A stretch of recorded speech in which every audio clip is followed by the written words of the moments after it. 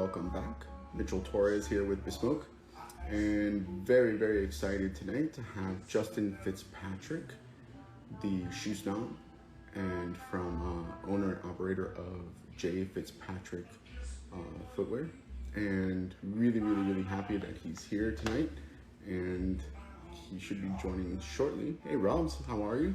Good to see everyone joining. Should be fun tonight, fun conversation with Justin Fitzpatrick regarding some footwear, who he is, what he's about, etc. And good to see everyone joining in. Welcome. Justin should be joining shortly.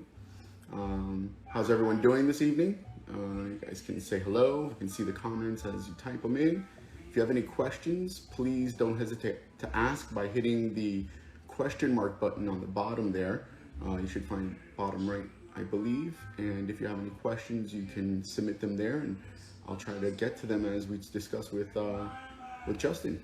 And looks like he has joined, so I'm going to go ahead and invite him in.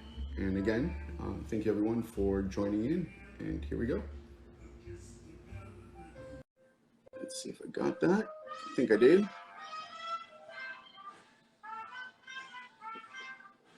Hello, hello. Oh, let me adjust this. How are you, sir? I'm all good, and yourself? Can you hear me okay? Yeah, it's me. It's zoomed in on me, so I don't want you looking at my tie knot all night. No, I said, can you hear me? I can hear you fine. Can you hear me okay? Okay, perfect. Yeah. Good. How you doing, sir? Yeah, I can't complain. I'm a little tired today, but I'm all right. Nice. Are you currently in New York? Yeah. The shop's in Soho. Yeah. So here at the shop in the back room, because Very I nice. can't be in the shop in case clients come in. Pardon me, guys. I'm doing a live at the moment. I'll be with you in just a second. So thank you for joining. Really honored to have you on because, in this realm of footwear, from so many people who I've spoken with, you are such an authority on it. And it's so interesting to me because I look at you and instantly I see a young man, right, in comparison to my old geezer self. And I can imagine that in the realm of footwear, you must get this a lot where somebody says, you're so young, how can you know so much about this, or why should I trust you, etc. Tell us a little bit about your history and how you came into designing and creating footwear, and why you are such an authority. Okay, yeah. So I don't know if people tell me you're so young, but I've definitely felt like, they look at you and they're like, who's this young guy? Who does he think he is? How does he think he knows so much? But so I guess, my story, it kind of starts, the reality is that I was wanting to be an entrepreneur. And so I had to decide what industry or what type of company I wanted to create. And I'd always loved shoes, and I used to work at Nordstrom in Seattle when I was 20 to 24. Okay. And so as I was there, it was my university job, so I was going to university as well, and I would read all the magazines, and I would read about menswear and fashion, or whatever you want to call it. And I just felt like I saw a real disconnect between what was on offer in Europe and what was being sold in America. And America's had a bad rap for not dressing well, according to Europeans. And then I thought to myself, how can we dress great if all we have is garbage on offer? If we go to our local department store and it's just poor quality stuff or not attractive stuff, it's very hard for us to dress the part because we don't have access to it.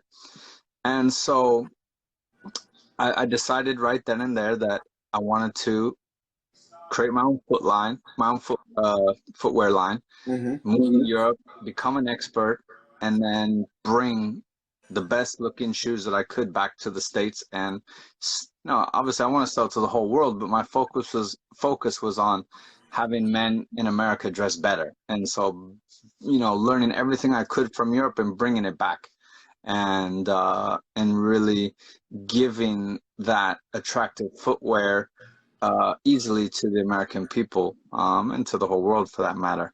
So I made a 5-year plan. You know, I was still in university, and I made a 5-year plan for when I graduated to you know, essentially start my own shoe line.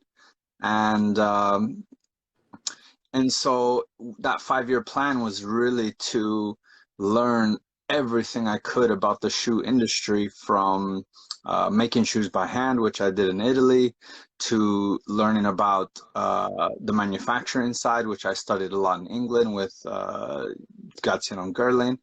And then design, I kind of just taught myself, just with, you know, I'm very detail oriented, and I pay attention to everything around me. So just constantly absorbing everything I was learning in the bespoke place, everything I was learning in the factory, kind of gave me, you know, an eye for my own type of design, kind of taking from, you know, an Italian feature, a British feature. I used to go to Paris a lot, and I really liked French colors and Hmm. extravagance. Take a little bit from all of that and put it into one. And so at the same time, I guess on the expert side, at the same time, as I was doing my brand, I was this young kid with all these questions, but nobody to answer these questions that I had. Right. And so I took it upon myself to really become the guy that would go find all the answers and then be able to give the answers to other people like me who had questions. So I created my blog, The Shoe Snob, and it was really about sharing my journey and all the information I learned along the way. So what I write about on the Shoe Snob now is not as what it used to be. Obviously, I was less busy in the beginning because I didn't have a company to run. Right. Yeah, so if you go back to my archives, you see a lot of information that I shared about the industry, the secrets, my journey, and so yeah, I took it upon myself to become the expert so that I could essentially share that information with other people like me who had aspirations of getting into the shoe world. And so I absorbed everything I could. I met with, you know, I constantly met with shoe brand owners. I talked to them, I learned from them, I listened to them, and I absorbed everything I could. And you know, I'm still learning. I'm not an expert in all things shoes. There's still lots to learn all the time, but I try to uh, do as much as I could and learn as much as I could about pretty much every aspect of shoemaking, so that I could know what I was talking about. Also, because this question about being so young, you know, as a young American kid, so I launched my brand in London. And I lived in London, and as a young American kid in London, I think I launched my brand. The brand's almost 9 years old, so I launched it in 2013. Was 29, and when you're 29, not even 30, you know, and you're competing against brands that are 100 years old, it's very hard for people to take you seriously. So Sure.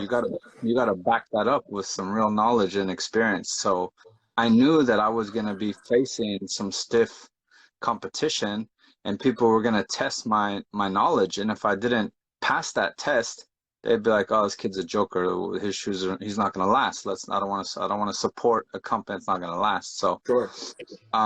so yeah, so I really took it upon myself to be credible so that what I said was true and I wasn't just BSing, and I could back it up by saying, you know, I learned that from so and that so and so is famous, you know, in the shoe world. So So, who you know, did you learn it from?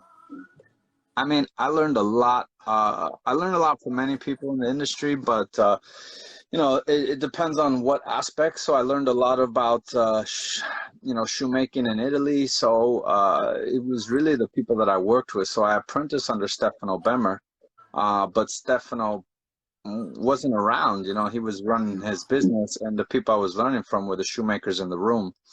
Uh, so they were teaching me a lot about shoemaking. I learned a lot from Gazziano and Gerling. You know, they're great friends of mine, and I would always bother them and ask them questions. Even today, I asked Dean Gerling a question that I didn't know the answer to, and I just write him up and ask him, and he responds. So I'm still learning, and I learned a lot from them. They helped me a lot. Um, I learned a lot as well about kind of running a shoe company from the founder of Septième Lageur and many French brands, a guy named Marcos Fernandez. And he helped me a great deal get my brand started by connecting me to the factory and showing me that world. And then trying to think, like I said, design, I really taught myself just by drawing. Wow. Tony Gaziano would help me with like how to make your drawing sit on a last, and you know, because these little lines make a huge difference. So where that line is placed is very important to the shape of the last, and millimeters make miles of difference. So I learned a lot from Tony on that regard, and you know, I learn all the time as I go. Not bad tutelage to be under. No, I was very fortunate to be around very successful people that were willing to share their knowledge. Indeed, that's really great. And so you took that, and you know, listen, somebody can be surrounded by the best in the world. If they're not willing to accept what they have to offer and put it into action, it goes to waste. And so a credit to you for taking all of that, turning it around and kind of moving it into your own line. The Shoe Snob logo has a very particular pair of shoes on it. And you have a picture that I kind of used as well as kind of to tease this. Tell me the inspiration behind those, because those are not your classic, you know, formal wear. And when I think of your line, I'm thinking high-end, elegant kind of shoes. And I would think a lot of people might look at those and say, you know, those are a little wild. How did you get inspiration for those? And that particular style of shoe, is that kind of your you know, most heartfelt? Is that really special to you? Is there some story behind that design in particular, the saddle? Yeah, so that shoe essentially is a kind of a copy, so to speak, of Stefano Bemmer's bespoke sample. So when I went to Italy, and I entered his bespoke workshop, he had, this is back in the day, it's no longer the same, but he had this display of all of his shoes in this glass casing, and this was my favorite one. And I fell in love with that shoe, and it kind of became my basis for design, and it spoke, it resonated with how I saw dress shoes. So classic with a very strong twist, and the ability to play with colors and take what is known as a classic American design and twist it to something far more elegant.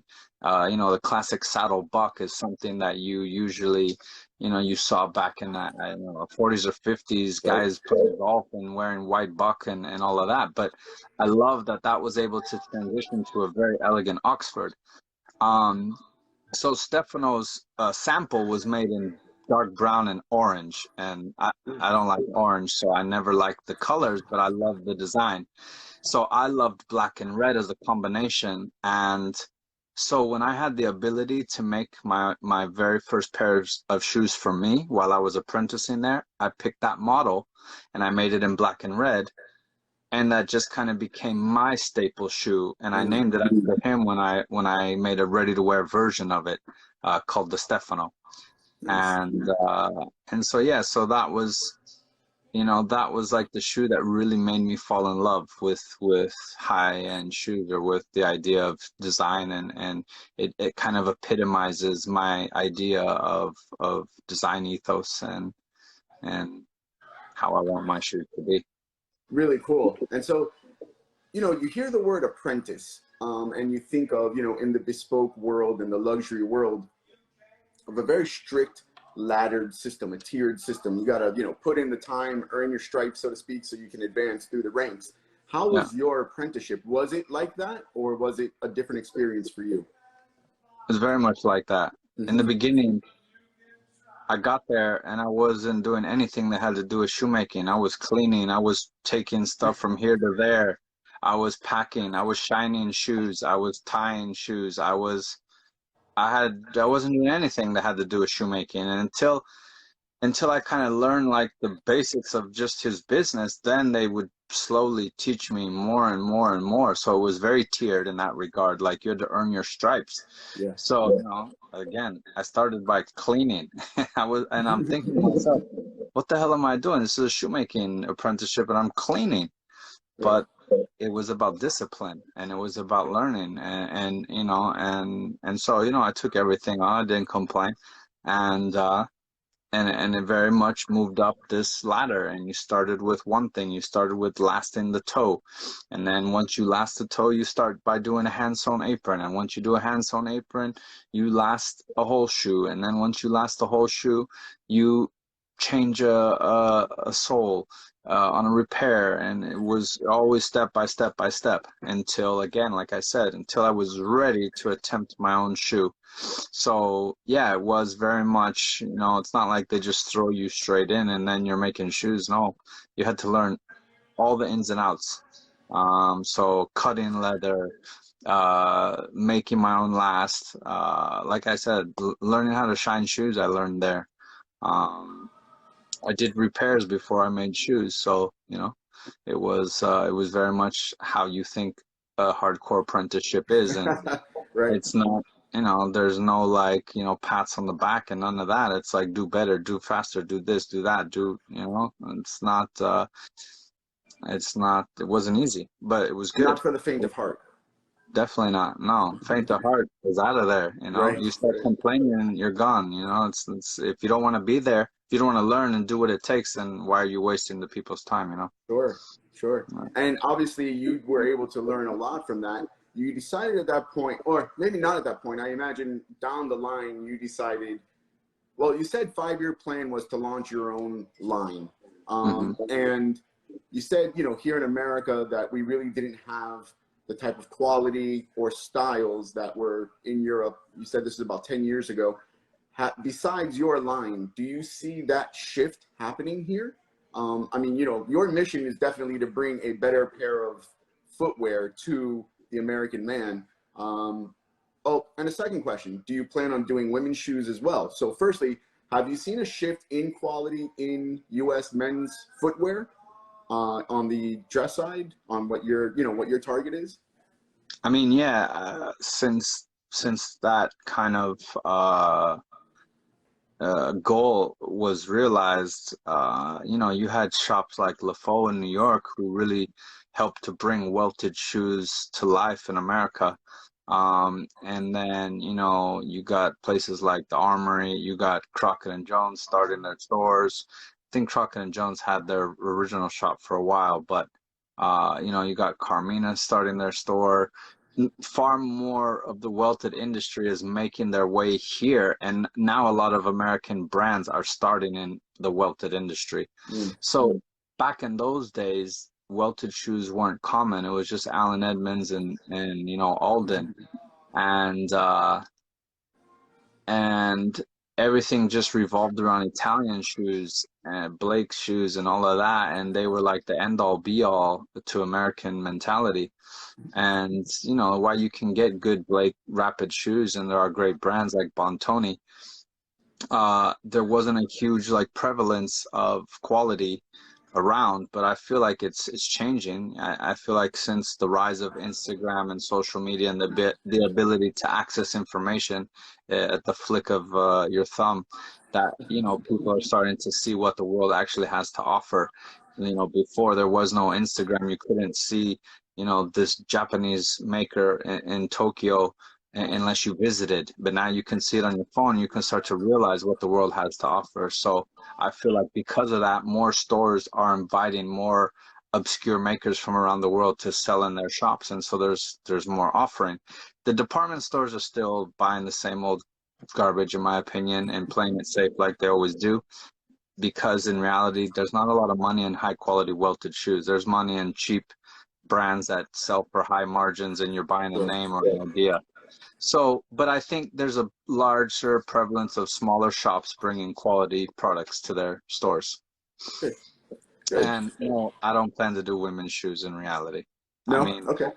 I don't plan to ever make women's styles. You know, I won't rule out the fact that maybe I'll offer women's sizes in Mm. my designs, but never, I'm never gonna make a heel or any of that. You know, I'm not Christian Louboutin or any of that type of stuff. I hear you. So I remember hearing a story about how you would have a pretty long train ride and you would come up with these ideas on the train and sketch them out. You know, drawing shoes, I would imagine profile, top-down view, etc., is not the easiest thing in the world. Do you have an art background? No, zero. Zero.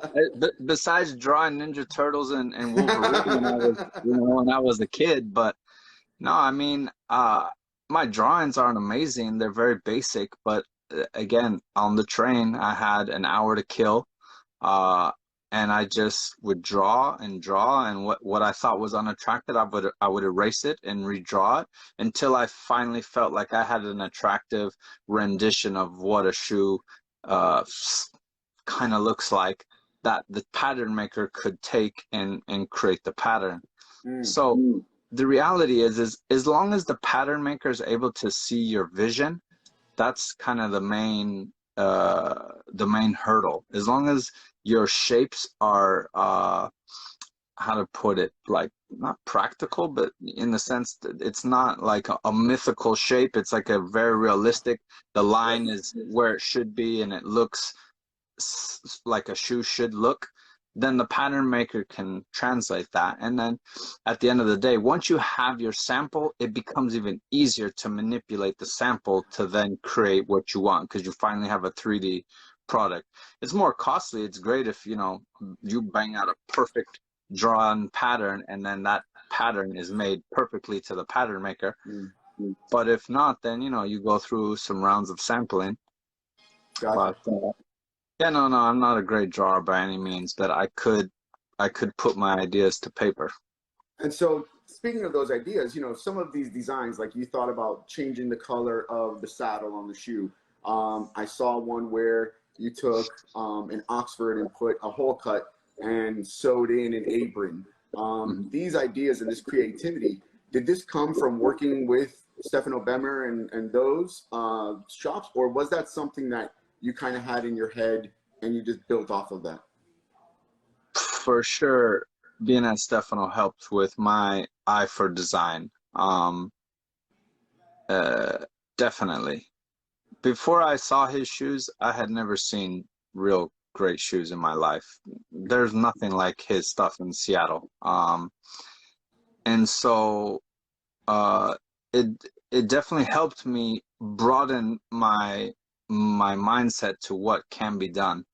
And so for sure, when I drew them, I hadn't spent much time with G&G. So yeah, I mean, a lot of what I was inspired by was at my time at Stefano, but I used to also just spend hours looking at shoes, researching shoes, reading the magazines, everything. And then yeah, I saw what was available, and then I saw what was missing, and so I tried to create things that were missing, so to speak. My original lines were a lot more bold, and over the years I kind of toned it down. I don't, not everything is as bold as I would like it. You know, if I was 10 times my size, I would do a lot more bold things, because then the money would just be being made. But now, you know, I gotta balance between what people want and what I like. So it's a fine balance. And so when we talk about what people want and what you want to design and that sort of thing, for those that may or may not know, can you explain what an RTW is, what an MTO is, etc.? I know that there's different, you know, levels of design or ordering shoes for the client. Can you walk us through those different levels from the most basic through the most advanced? Yeah, sure. So when you go on a website nowadays, you know, the RTW essentially means ready to wear. It could be off the shelf, essentially having stock of and being able to get an immediate purchase and have your product shipped within however long they take to ship. But ready to wear basically means the stock is ready to leave with, ready to wear on your feet and go. More of an in-store term, but yeah, online, yeah, ready to wear means what is available for purchase immediate. Okay. MTO is made to order, and so made to order is essentially taking, let's just say, for example, a ready to wear model, but altering details of that model. So let's say there's a brogue there, Brogue Oxford, but the Brogue Oxford has a medallion. And medallion is the decoration on the toe. And let's say you like the model, but you don't want that medallion. So you go to made to order and you say, hey, I want this model, but can we remove the medallion? And instead of the leather sole, I want to put a rubber sole. And then maybe I want to add one piece of the model with suede instead of all leather. And there you have a made to order shoe. So a shoe that's customized in the details of the shoe. Then you have what's called GMTO. So GMTO means group made to order, and this is a fairly newer concept. It could also be called crowdfunding, sourcing. And this is where you get usually a minimum of 6 people to buy essentially the same design, so that the design no longer becomes a made to order and it now has a ready to wear price. So made to order shoes usually come with upcharges because you are essentially asking the factory to make a special pair just for you, and that pair is essentially breaking the line of production, which no factory really likes to do. They don't like to break lines of production. If it were up to a factory, they'd make 20,000 shoes of the same exact shoe in black leather. Easy, pal. Right. See you later. Don't have to think about it. So when you ask them, oh, I want that model, take away that, add that, do that, you're now starting to give them a lot of work they have to think about. So they charge you for that. So GMTO, group made to order, is getting them to basically streamline one model to make it a minimum production order. So they just cut 6 pairs all the same. It's easier for them. So that's GMTO, group made to order. And then, nowadays you got companies with all these other fancy kind of terms where it's like semi-bespoke and bespoke and semi-bespoke. Who knows? That means semi-bespoke can mean anything, but I think a lot of semi-bespoke is like minor adjustments to a handmade shoe, whereas full bespoke is fully custom-made shoe made to your specifications, both in fit and style and design, etc. Fully handmade. So semi-bespoke, that really depends on how the maker wants to define that. That could be small adjustments to fit. That could mean just a handmade shoe with basically a made-to-order design to it. So you're able to. Is that noise coming? I think I lost a little bit of audio.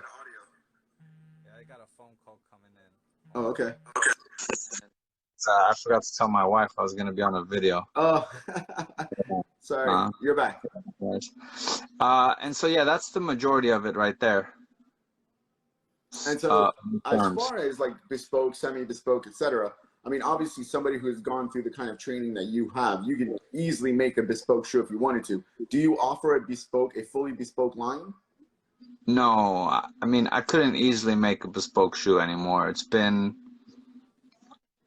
like 10 years since I've made one, and I was never great. I learned how to do it, but I was never at the point where I would be a bespoke shoemaker, so to speak. I was still learning. When I left, I was still learning, and Gotcha. I did it mainly for the knowledge.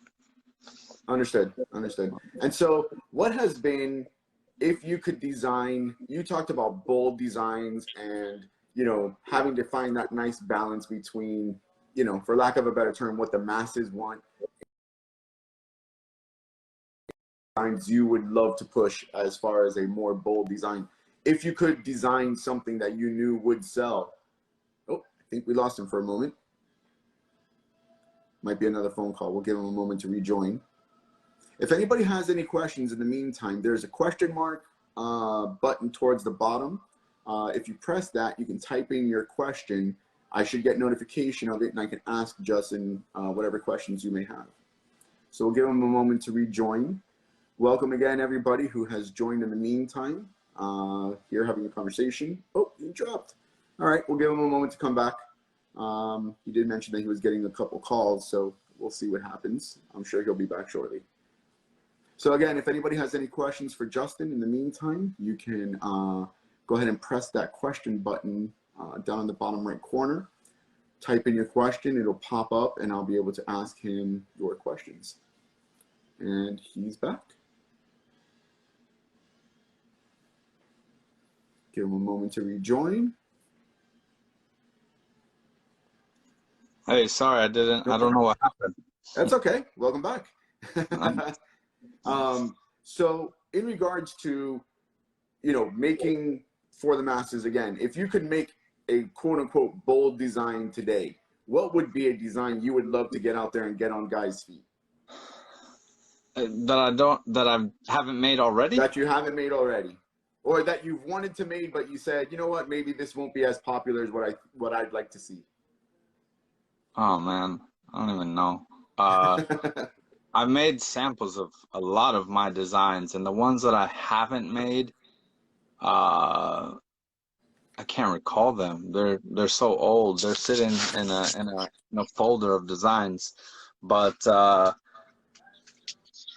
I mean, one sample that I made that I never put to market and I never really showed was like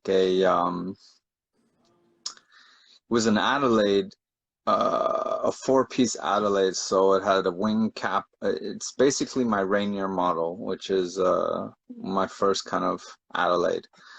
And the middle part, so the vamp connected to the quarters, is basically perforated. So it's like it's a play on kind of, I guess, what would be looked at as fashion and dress shoes. So, one shoe that is very bold that I did put to market is my Spokane model, which is a quilted, it's almost a hole cut, and it just has a facing. And it's a quilted shoe. So that, nobody really did that, and that probably could be seen as fashion as well, because anything that is kind of anti-classic is kind of fashion, and it's not very classic. It's classic in idea, but not in a quilted shoe is not a, let's say, it's not a practical shoe. It's not a classic cap to Oxford. So that's one that I would love to do more. I would love to really build that. It's a very expensive shoe, so it's quite a risk to make a production of it, So my black version has been very successful. I would love to expand it, but again, it comes with its own set of risks. You need to do a Miami promotion on that one. I'm sure it would be really popular down here. Yeah. Check that. Yeah, definitely. And so for you, well, for me anyway, you and I have had conversations, right? My shtick here on Instagram is my combination of classic menswear from, ties down to the shoe wear and barbecue. And you and I have talked about barbecue quite often in regards to the Pacific Northwest, and the salmon industry up there, the fish and things like that. So if you're headed out to grab a plate of barbecue, let's say, something cooked over an open fire, a smoker, a grill, what are you looking to put on that plate? Oh, I mean, definitely not a fish, man. I'm a steak guy. I would love a nice ribeye. Yeah, I'm a big steak guy. My dad did a mean steak on the grill, so nice. I have fond memories of that. So. And I can't tell you the pride I have swelling through me that you said ribeye. Ribeye is my absolute favorite cut on the market. In my opinion, there is nothing better than it. What's the doneness you like it to? Medium rare. Nice. Very nice. I think that's the perfect temperature personally. I think rare is a little bit too much for me. Well done, we're not going to be friends any longer. We can use the well done to make your next pair of shoes. Yeah, you kill all the flavor and well done, Absolutely. And so I love to ask this question as well. You're invited to the barbecue. Let's say you're headed to Miami. You're like, hey, Mitch, I'm coming to Miami. I know you can make some barbecue here and there every once in a while. I'm coming over. What are you going to wear? It's in Miami? In Miami, you're headed to the barbecue. What are you wearing? You got to wear your shoes, So talk me through what you're going to wear, because a lot of people, when I put out the, the first posting that we were going to have this, and I said, any questions for Justin? A lot of the questions were, how do you balance your sometimes casual looks with your shoes that are Yeah. seen as, classical elegance? So Yeah. again, coming to the barbecue, what are you going to wear? And then walk me through how what your statement wardrobe look is. Most likely, what I tend to wear in summer, which Miami is pretty much all year round summer. Yeah, we have one season, summer. I mean, I would probably wear suede loafers without a doubt. I would gravitate towards my jeans because I'm a jean guy. I just love jeans. And then I'd probably just wear a short sleeve button up, collared shirt. It's that's kind of like my summer staple. If I felt like I needed to be slightly more dressed up, I'd change the jeans for chinos. and that's I feel like that's what I would wear to a barbecue in Miami, so to speak. Indeed. Yeah. As far as like my staple, I mean, ever since coming back to America, I'm a lot more casual. Maybe because I'm way more hands-on in my business. In London, I had lots of employees and I traveled, and England is another kind of culture of dress. I love wearing three-piece suits, so I have several, not loads, but I have a good amount of three-piece suits. I love a three-piece suit. I don't wear them a ton because New York has a very, in winter, I just gotta wear thick sweaters because I can't deal with this cold, so I don't get to wear my suits as much. And so there's really only two seasons in New York. There's summer and winter. There's no spring and there's no autumn. It's like a week of each. Right. So I don't actually get to wear what I like to wear because my perfect temperature is like 60 to 70. So where I can actually layer a little bit, or I could wear a three-piece and not feel too hot and not feel cold. Right. So I don't actually get to, dress the way I really would like to because New York just has these extremes. But yeah, I love three pieces, and if I'm not wearing three pieces, I'm pretty casual. I wear a lot of jeans. I have a lot of jeans, so I like roll necks. In the winter, I'm always in a roll neck with some jeans and a pair of my dress shoes. It's easy for me to mix my shoes with casual because I don't know, I like the look of jean with dress shoes, so it's not difficult for me to do that. Especially boots. I'm a boot and loafer guy. I don't really wear Oxfords, so boot and loafers for me go great with casual looks. And so I see there's a question here. I'm not sure. Yeah, so I popped up a question kind of along the same line of what we're discussing. There's this movement towards athleisure, we'll call it, especially with, what's been going on the last 2 years and people being home, etc., and kind of stepping away and the further movement towards a more athletic, casual sweatpants kind of thing. And we've even seen, tailoring move in the way of, waistbands and cuffs and things like that in more of an athletic type build.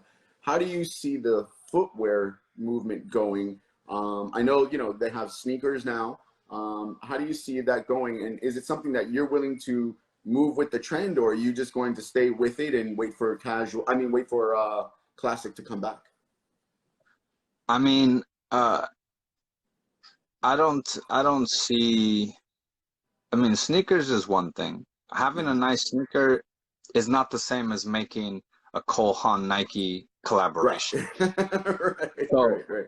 I love sneakers intended for sneaker type wear, but I find Cole Haan with a Nike sole an abomination, and so I don't think that is going to take over. I don't see classic brands ever going that route.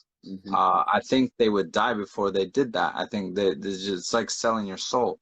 So making a sneaker is just, having another kind of part of your collection reach a new client. And that's fine because, you know, a lot of us wear sneakers on our off days.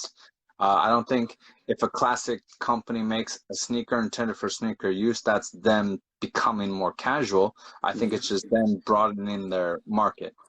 Um, I mean, I have my sneaker line. I have three lines. I have an entry level line, and then I have my kind of more specialized line. Um, but I love all shoes. You know, if it were up to me and money was no option, I would have an espadrille line, a boat shoe line. I would have all kinds of lines because I love all shoes. I don't just like dress shoes. Uh, I love Timberlands. I wear Timberlands when it's snowing, you know. I Well, it's have a New Timber. York. You have to wear Yeah. Timberlands. It's like the the So dress you code know, of New York. I I would love to have all these other collections, but you know, classic dress shoes would still stay my kind of ethos and that design and that idea and being elegant and all of that would always stay true in my heart. And I don't think any trend is forever. I think I think men deep down, it's nice to dress up. You feel good. It's, you know, whether or not we do it all the time, I think you get bored. So many people work from home, probably hate working from home now. They've done it for 2 years. It sounds really cool until you don't like it anymore. Because Right. you're like, you Right. know, we can't just do the same thing forever for our whole life. So the athleisure thing, I don't think it'll last. Unless we start wearing, you know, space clothes as a society, I don't think it'll last because I think, you know, the art and idea of dressing up has a, a feeling attached to it that is stronger than the idea of comfort. And it's a feeling of feeling good about oneself. Comfort doesn't make you feel good about yourself. It just makes you feel physically good. But that's not mentally good. And mentally good, I feel like, is far stronger than physically good. I couldn't agree with you more. You know, while growing up, my grandfather was my primary source of, I'll call it style, right? He was a very classically dressed gentleman, conducted himself as such throughout his life. And he always taught me dressing well was not only respecting yourself, but respecting the other people that you are with as well. You're extending your respect to them to say, I've gone through the lengths of getting dressed up so that I can show you my respect. And he also always told me, you can always tell a man by his shoes, by the style that he wears and how he maintains them and keeps them. And so kind of segueing into this question that we also got, if you were going to give somebody advice that's entering in, you know, going for a more well-constructed shoe, a better quality shoe, more style, etc., what would be your recommendation for them to begin their shoe collection? Like what brand or? No, not necessarily a brand, but let's say style, right? Someone's entering into wearing classic shoes. For their entire life, they've been more of a Nike wearer, and now they want to say, you know what, I feel like dressing up and I want to get some nice shoes. What would you say is their first purchase? I mean, that depends on if they have to wear it for work or not. Okay. Personally, I think if they have to wear it for work, you know, and it's got to be somewhat formal, then I would probably say like a classic brown semi-brogue because it's dressy enough to wear with your suit, but I think you can also tone it down if you want to wear it out to dinner or whatever for your Sunday best. Uh, if you're not a guy that has to wear it for work, but you want to start dressing smarter, Mm-hmm. I think like a suede loafer is a real easy transition for a sneaker guy to go to something that's not quite a lace shoe. Lace shoes are seen as more formal. So I Mm-hmm. feel like it's a shorter uh, transition to that formal style. You know, just like a classic brown suede tassel or penny loafer is an easy shoe that and even a guy that doesn't like dressing up can wear quite casually but still look elegant and smart as opposed to wearing some Nikes or something. Um, Same thing for I really think suede as a whole a material is an easier transition for a guy to get into a dress shoe style just because It has less upkeep. It's not as stuffy as leather. Leather is more formal. I think suede, the fact that suede's toned down allows you to casually wear it, but you can also throw on a jacket and look a little bit more smart. And then from there, they graduate to, you know, more dressier models. Right. And I agree. I think that's a perfect segue into the world of, you know, putting better footwear on. And so kind of what we were discussing earlier, you know, with barbecue and meat and things like that, we in the barbecue world have really seen an uptick in pricing on meat, right? Meat is now becoming a quote unquote luxury eventually. A lot of people see it that way. And so with that, obviously their leathers that come from these animals, I presume, are going to increase as well. Do you see that as a trend happening now? And do you think that's something that's going to be, you know, something to consider going forward? That leather's going to get more expensive. Yeah, it already has. This year, everything went up in price. I don't know if that's the whole meat thing or just the current world situation. As long as cars are using leather to line their seats, then it shouldn't get astronomical for the shoe industry. The leather shoe industry is a byproduct of the car leather industry. Okay. Yeah, so as long as the cars continue to use that, it should be fine, because that means that the demand is there, so the supply is there. But if cars start using faux stuff, and now the shoe industry is the one that's leading the way for leather consumption, then yeah, things could get crazy. So let's hope that doesn't happen. Right, right. And so going along those same lines of, you know, expensive leathers and things like that, exotic materials, you know, stingrays, the person asked here, like cork or stingray skin. Have you done any lines with exotic materials? And is that something, and if you could go super exotic, what would be the most exotic you would want to do? So first, no, I have not done it prior, but I am doing something for spring, summer, and planning something for autumn, winter. Nice.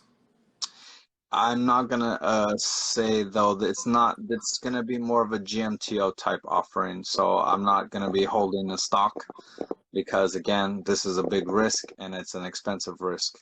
Right. So yeah, we're gonna be using Python.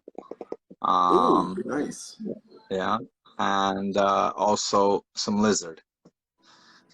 So what would be the most exotic thing I would use? I mean, I really like the look of nubuck alligator, but it's highly expensive. So I don't. I'll have to introduce you to a couple of the.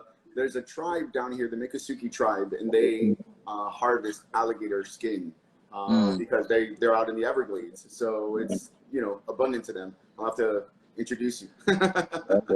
So yeah, I mean, maybe one day in the future when, you know, we have just cash to burn, we'll introduce some nubuck alligator, but I don't foresee that. Hopefully you're at that point that you can do that. That'd be great. That'd be great. So, you know, everybody has a favorite genre of dress style.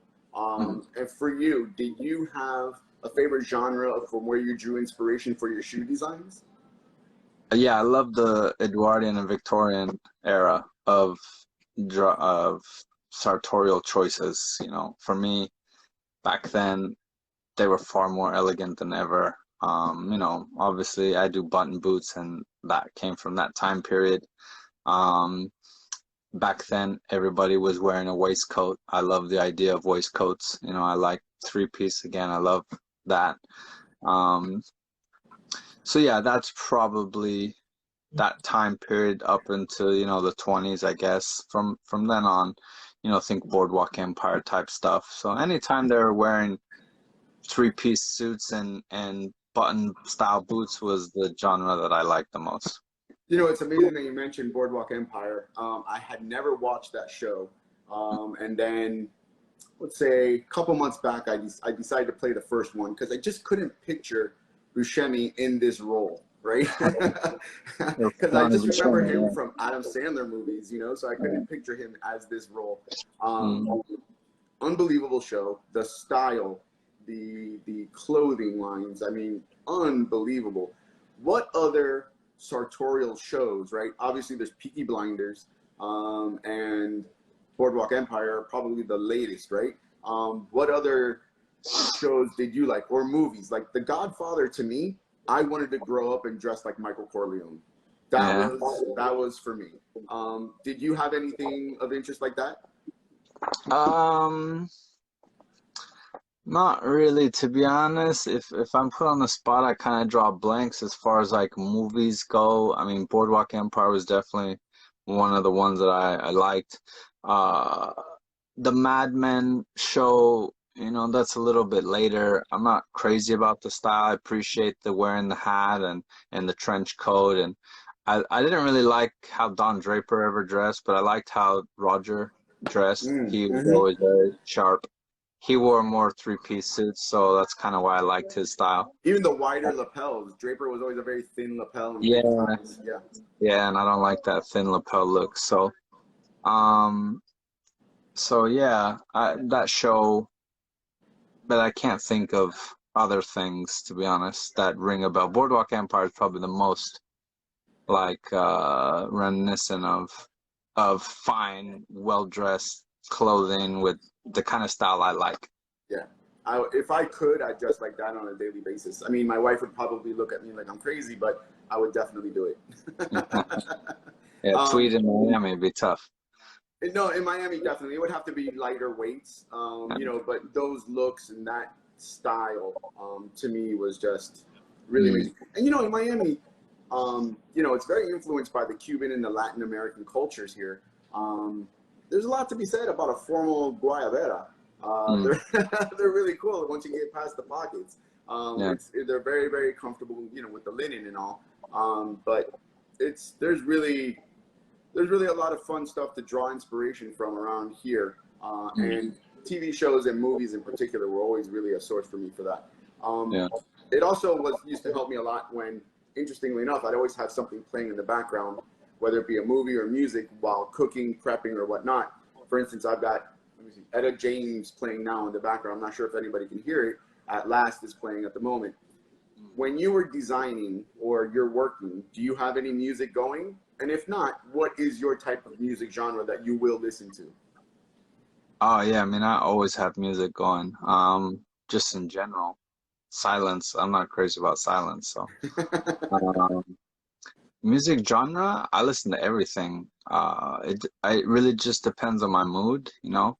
I grew up listening to rap as a youngster and classic rock from my father, like guitar rock. Um, my mom's Mexican. I grew up with a lot of Colombian, so I love salsa. And Oh, we need to see Justin dancing salsa one day, and you know, man. spending 7 years in Europe, I became a fan of more, like electronic music and whatnot.